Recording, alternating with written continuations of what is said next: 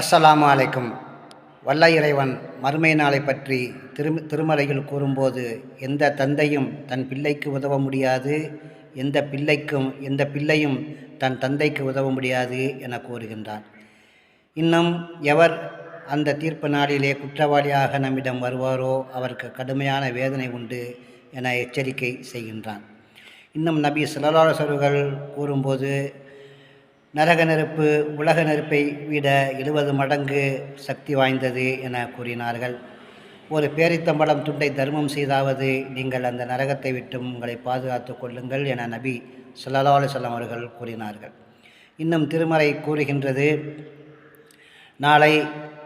நாளை அந்த மறுமை நாளிலே சொர்க்கவாசிகள் நரகவாசிகளை பார்த்து கேட்பார்கள், எங்கள் இறைவன் எங்களுக்கு வாக்குறுதி அளித்ததை நாங்கள் பெற்றுக்கொண்டோம், உங்கள் இறைவன் உங்களுக்கு வாக்குறுதி அளித்ததை நீங்கள் பெற்றுக்கொண்டீர்களா என கேட்பார்கள்.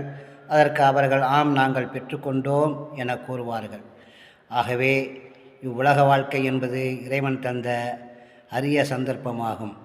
ஆகவே நமது வாழ்நாளில் நாம் நன்மையான காரியங்களை செய்து நமது மறுமை வாழ்க்கை பிரகாசமாக இருப்பதற்கு நாம் முயற்சி செய்வோம். அத்தகைய நற்பாக்கியத்தை வல்ல இறைவனிடம் பிரார்த்திப்போம். அஸ்ஸலாமு அலைக்கும்.